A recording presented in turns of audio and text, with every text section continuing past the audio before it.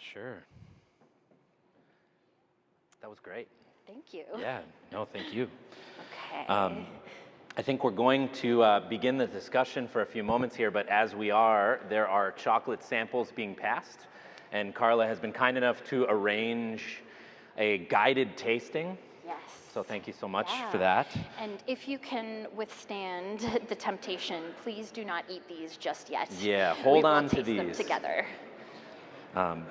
Cool. So I guess just as we have a moment, I mean, I'm so curious for someone who is blazing trails, let's say, into fine cacao. I mean, what was your standout moment, if you will? Like, wow, there's something here. I mean, Sure. what was it? Yeah, well, I had always been interested in the production of cacao. I lived in West Africa for a time and became interested in what I saw as the inequality in the supply chain in that way. But the real wow moment for me was back in, I think it was probably 2010, when I had a chocolate bar from Rogue Chocolatier, who's based out of Massachusetts, and who Colin Gasco, the owner, has co-developed the cacao quality grading program with me that we run. And I tasted the bar of chocolate. It was from Piura, Peru, and tasted like flowers. And it was the first time that I'd ever experienced chocolate like that had floral aromas, that had that level of subtlety and sophistication. And just in terms of flavor, it blew my mind. And I started to wonder, what have I been tasting all along that I was just getting a sort of sugary, milky, chocolatey experience from? And what else might there be out there? Oh. Yeah. And the rest is history. Yes. Crazy. Yeah, so, I mean, is that, as coffee people, coffee heads, I assume that this is sort of relatable for the group, but I feel like we build those types of experiences up in our mind, we try to pursue them again, and in so many ways they become almost, mythical and folkloric. I mean, you have a lot of citations in your presentation about places that you see doing good work, places that you enjoy their program. I mean, are you finding yourself having those types of experiences still?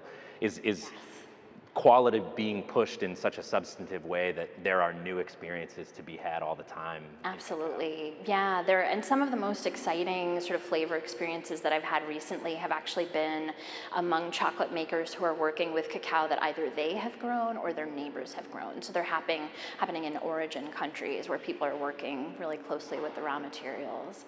But we suffer from a disadvantage in some ways in that we don't have baristas who can kind of shepherd people into the world of a different type of chocolate or chocolate beverage. If that's the case, we have a major distribution problem.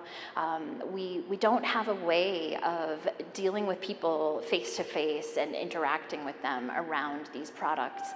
And so we've relied in many ways in the chocolate industry on festivals and other types of events that really bring people in and they just kind of gobble chocolate up as they run through, as we all would. It's a very attractive way to spend an afternoon.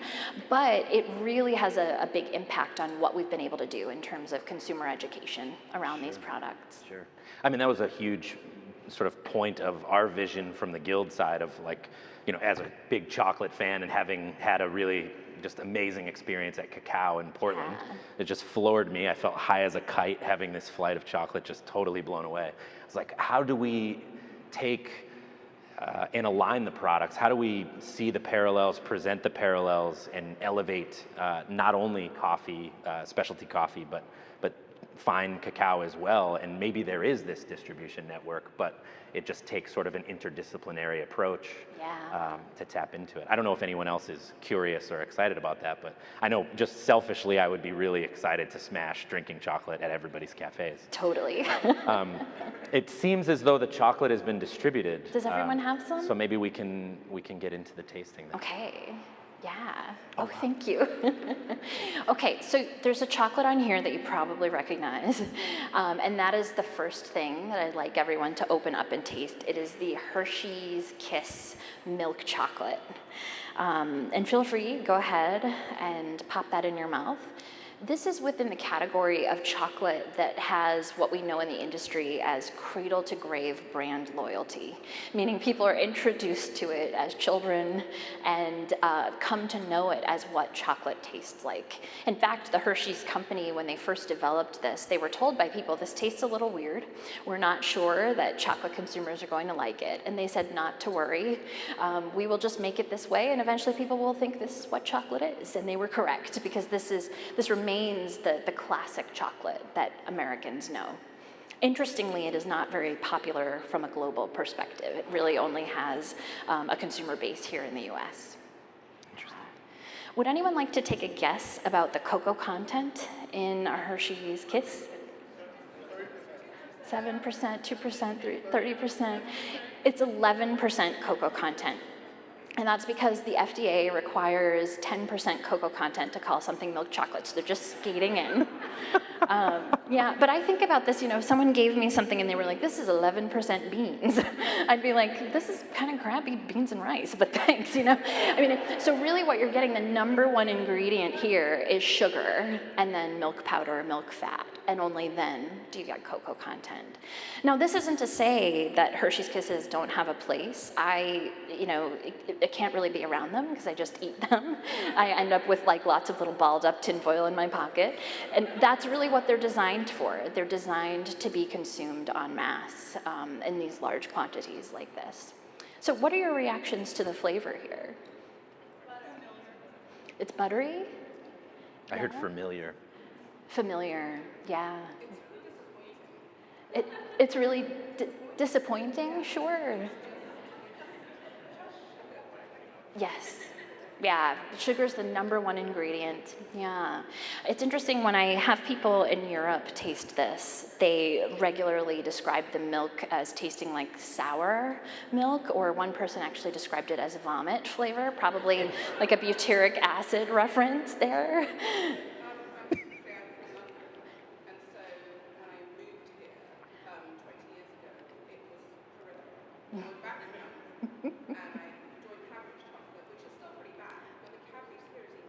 Yes. Sure. Yes. So your experience being from Europe and growing up with Cadbury's, which has historically had higher cocoa content and different sourcing practices, those kinds of things, absolutely has sort of colored your experience of chocolate in general. And there's a reason that the Cadbury's tastes different here in the United States. That's because it's actually made here in the US. Yeah. Yeah. So why don't we move and try the second sample? So this is a contemporary specialty chocolate. It's made by Charm School Chocolate out of Baltimore, Maryland, and they're actually using coconut milk and specialty cacao from Belize. So it's a vegan product. And here it's 49% cocoa content. So, in order of magnitude different than what we're getting in Hershey's Kiss.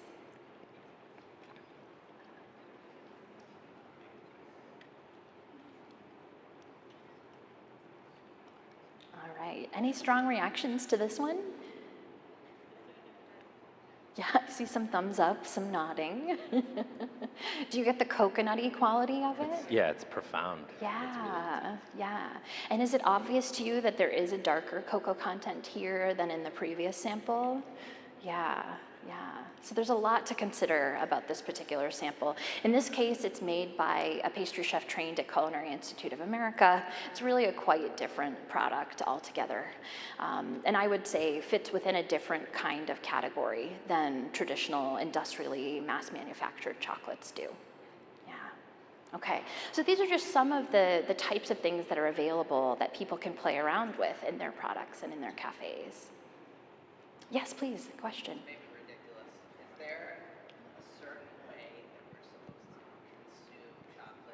Oh, yeah. Comparative to cupping where we're slurping coffee. Is sure. there a technique that we should be relying on for enjoying this? Sure. Let's taste chocolate like snobs. Let's do it. Okay. I think that would be fabulous. A lot of people just taste their chocolate, right? But I actually think it's really important, especially as you're getting to know chocolate, to do it differently. So pick up number 3. Now this particular chocolate is a couverture chocolate, so it's meant to be melted down and used in baking. So it's not as sort of pretty to look at, but that's by design, so don't hold it against them. What you want to do first is look at the chocolate visually and describe to yourself the color. My undergraduate students always say, I don't know, it's brown, right? But you want to do something, what other color? Like, is it light brown? Is it dark brown? Is it mahogany? Use your words and describe the brownness of the chocolate. Then you also want to describe the finish. Is it matte? Is it glossy? Is it mottled? In this particular case, it displays what is known as bloom, actually. Which unfortunately is not so great in the chocolate world, although it's a lovely word and name for an event. But if you look, what's happened here is the cocoa butter crystals have broken down, and so it loses some of its glossy sheen. It's totally fine to consume. It just doesn't look as pretty as it would otherwise. Then what you want to do is actually snap the chocolate. Hold it up next to your ear and give it a snap. Yeah, and you can hear that kind of percussive snapping around the room. The reason that you're doing that is in a dark chocolate, it should have an audible snap. It should take a little bit of effort. That indicates that it's well tempered, that those fat crystals have set together nicely. And then what you do is you take a piece and you smell it. You may already have a little bit melted on your fingers. It's beginning to release those aromatics. And you're looking for some basics. Does it smell bad? Does it have a nice aroma? Sometimes it will smell cocoa-y, chocolatey. If it's cold, it might not have as strong as an aroma. They're all different kinds of things that you learn as you practice. And then finally, after you've gone through this process of getting to know visually and aromatically your chocolate, you can taste it. And what I recommend is taking a piece and placing it on the middle of your tongue and letting it melt. You can move it around in your mouth. You might chew a little bit, but you're not doing the typical toss it in and chug it back that we do with Halloween candy. And as you taste, think about a few different things. What are some of the flavors that you're picking up? Is there a variety of flavors? Hopefully it's more than just chocolate or cocoa flavor. Is there an arc of flavor? Does the flavor change over time? And what's the texture like on the tongue? How is it melting? Is it gritty? Is it waxy? Is it smooth and buttery? They're all different qualities that you can come to describe. And then once you've consumed it and it's gone, think about the finish or the aftertaste and whether or not that's long-lasting and pleasant for you. Any thoughts on this one that you'd like to share? Fruity. It's fruity. Very fruity. Yeah. It smelled vanilla-y. Mm-hmm. It really did to me. Yeah, I believe that this has vanilla as an ingredient. Yeah, so you're picking that up. It's very aromatic. This particular cacao in this chocolate is from Madagascar, which is known, this particular area of Madagascar where it's being produced is known for having a fruity flavor profile, often described as citrus fruits or red fruits or plums, these kinds of things. And so it sounds like some of you were able to pick that up. Now, what about the mouthfeel? What was that texture like for you? Creamy, yeah. It has that melting kind of buttery quality to it. A classic European style chocolate, quite different than chocolate like if you know Taza chocolate from Somerville, Massachusetts, where it's been stone ground and purposely prepared to have a more kind of crumbly or gritty texture to it. All right, so this is a specialty chocolate made with specialty cacao, but that is more mass produced. So this is the kind of thing, this chocolate is widely available for use in cafes, by pastry chefs, and more. Then we have a more rare chocolate specialty from Soma Chocolate Maker.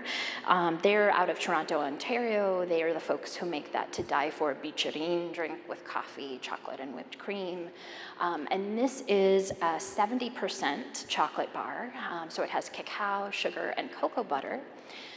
Feel free to give it a look, give it a snap. Well done. You're all well trained at this point. And then go ahead and give it a taste. It's a totally different origin than Madagascar, where you can compare.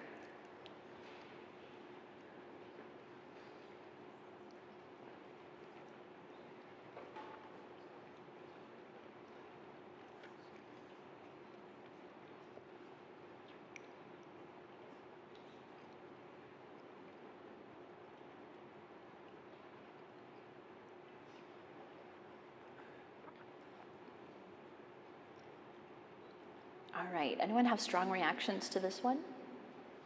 Very like winey and raisin. Absolutely, it has like a raisin wine quality to it. Yeah, for me there's a lot of cream, nuttiness. It's very delicate. Yeah, super delicate. Much less sort of punch, less acid than the last. Absolutely, yeah, and Madagascar is very acidic in its flavor profile. This is really quite different.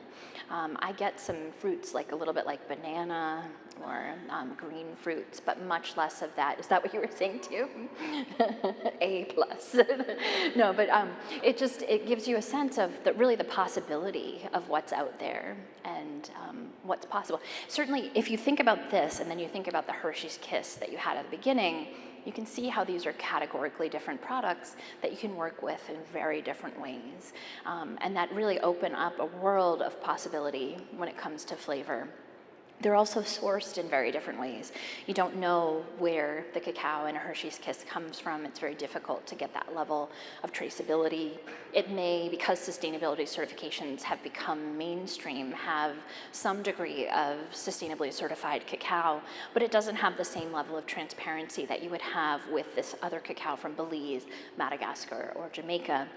And certainly the companies are providing significantly more information in the case of these chocolate companies than larger chocolate manufacturers are. Cool. Yeah. Thank you for that. Thank you. That was awesome. Questions directly related, if you would throw a hand up or certainly put it through on Slido. We have a microphone question here in the center.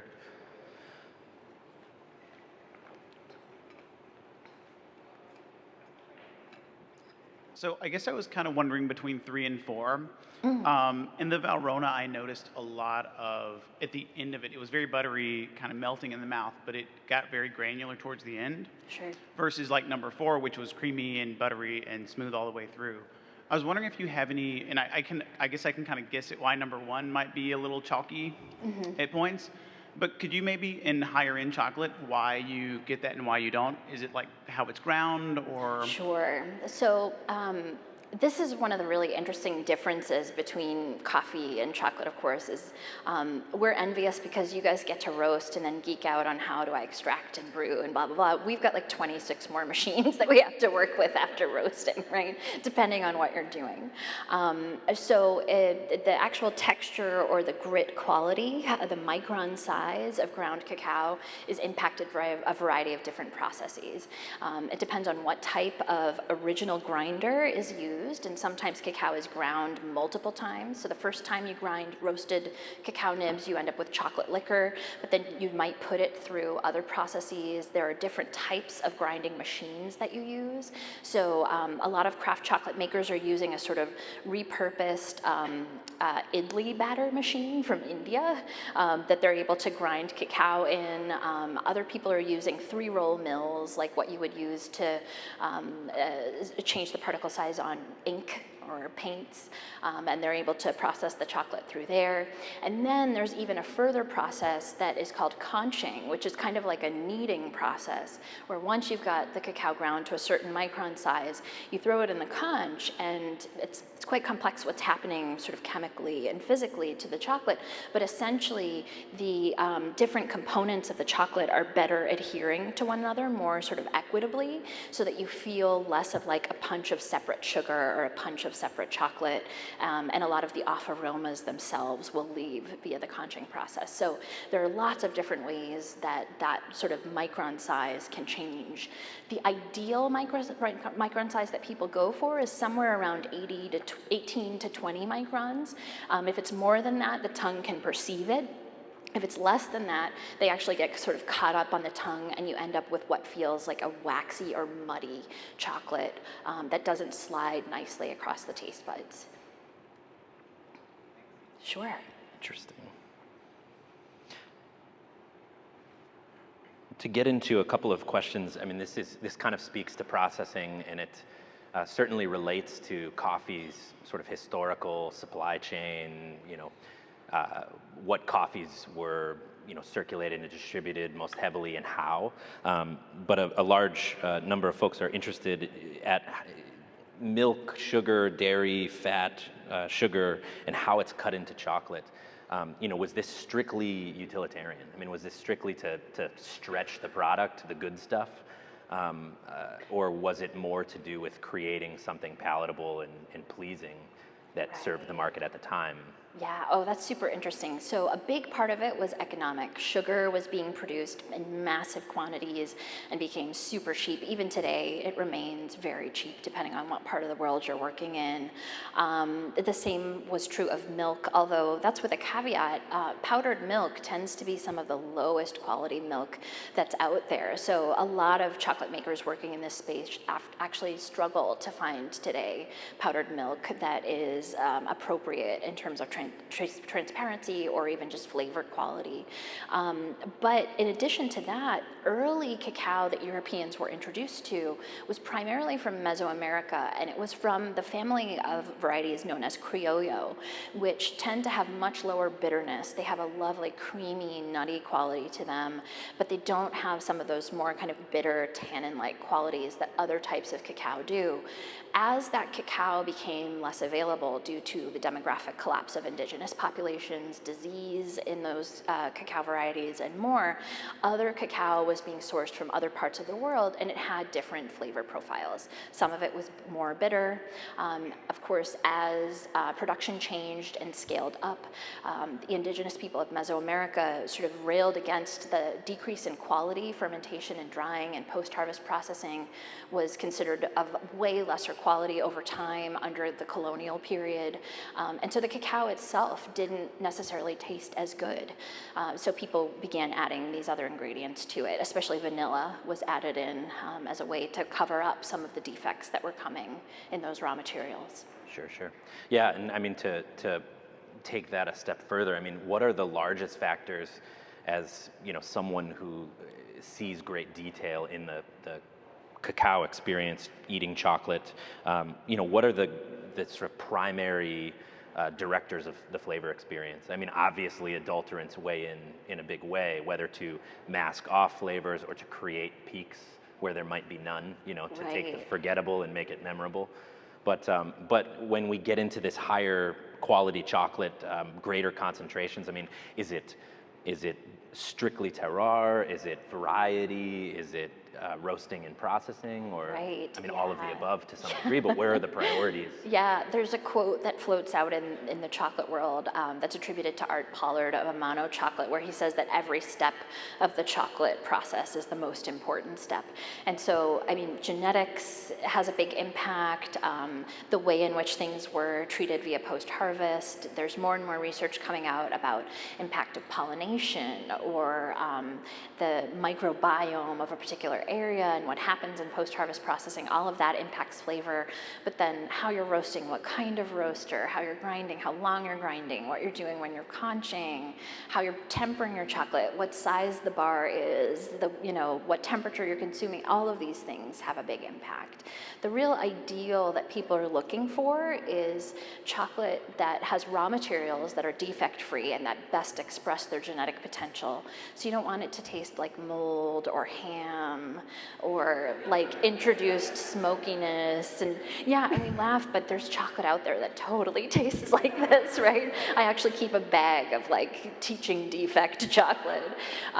So there's lots of this that's out there that is to be avoided. And then you also, the three things that everyone sort of tastes for are acidity, bitterness, and astringency. And you want these to be balanced. It's not that acidity or bitterness are bad things, but they need to be pleasant experiences. experiences. And a lot of chocolate can, especially a dark chocolate, can be very potently astringent. It's kind of like a taste bud bomb. It sort of like shaves off your ability to taste for a period of time, and that is considered less than ideal in a chocolate product. Very cool. One light question as we sort of, or do you have a question here? Go for it. What sort of labs and disciplines do you and your colleagues engage in to determine a standardized system for the quality of chocolate? Oh, like labs as in actual laboratories? Research. Yeah, Is it research, just okay. psychology, biology? Right. Yeah, so we've relied very heavily on the sensory science that has gone into understanding cacao and chocolate flavor. We've also relied in many ways on the various tests that are used in Q grading. So we've been given the blessing of CQI to do the taste acuity test that's done in Q grading, with salt, sweet, and sour in different concentrations. And then we right now are very focused on getting international agreement on a standardized method of sampling cacao, and then also dealing with the complication of the fact that we work both with a raw material and then with a very heavily processed finished product. And so finding complementary systems where we have standardized sampling methodologies that can speak to one another throughout the supply chain. And so that means at FCCI that we've developed a way of sampling cacao without roasting. We then have worked with our colleagues at Equal Exchange and Cho, who have developed a way of sampling cacao as chocolate liquor, so 100% processed chocolate. And then we're working with other colleagues who are working on how you can then abstract to a finished chocolate product back to what happened with those raw materials. Does that get at your question? Definitely. Yeah. Mm-hmm. We're sort of cruising into a finish here for this Sure. session, but I did want to float, again, just a light question. You mentioned genetics as it relates to variety and impact on flavor, and I mean, this is obviously an area of high interest for specialty coffee, Yeah. variety, its impact. Also, just from a sustainability standpoint, in coffee, in Arabica coffee, we're, by many measures less than 1% nominally diverse, right? It's a house of cards, if you will, that we're sort of all living in together. Is that similar in cacao? I mean, by the distribution, is it all back to one type? I mean, is it a similar outlook? And what's being done? Right, so there's a lot of ongoing research, not nearly enough. Cacao is considered by many to be an orphan crop. So there's no sort of international institute that is focused on research devoted to cacao like there is like a rice institute or a potato institute. There's no world coffee research yet for cacao. And there's an enormous diversity of different varieties of cacao that are out there. It used to be that people historically thought there were only three, Criollo, Trinitario, and Forastero, but they've now found that these are not entirely useful categories, and that Forastero is actually sort of like miscellaneous with, many, many different varieties of cacao that fit under it, that the Criollo family has also a large number of different cultivars that are related. And so I would say that though cacao has had a genome where the DNA sequence has been shared open access, though we know that there are probably 13 different varieties of cacao that we can really identify with the science, there are probably dozens and dozens more out there that we have yet to even find in the Amazon region, that have hybridized in other parts of the world where cacao has been spread. And so we're really just scratching the surface of what's possible. And just to give you a sense of how this impacts flavor, 25% of the specialty chocolate makers in the US use cacao from Madagascar, but it's from one plantation in Madagascar.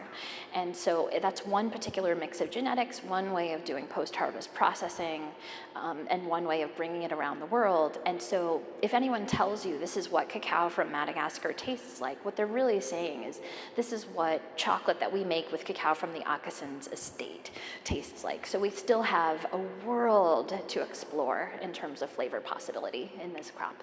Wow, that's awesome. Yeah. Well, I think I speak for the room in thanking you for your time and for electing to join us today. It's awesome.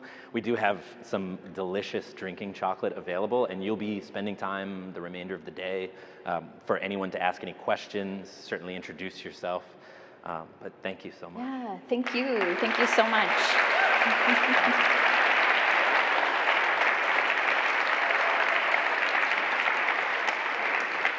We are going to just take a brief moment, if you would pass your plates to the aisle, the center aisles, and we're going to set for our Process to Possibility panel happening within moments.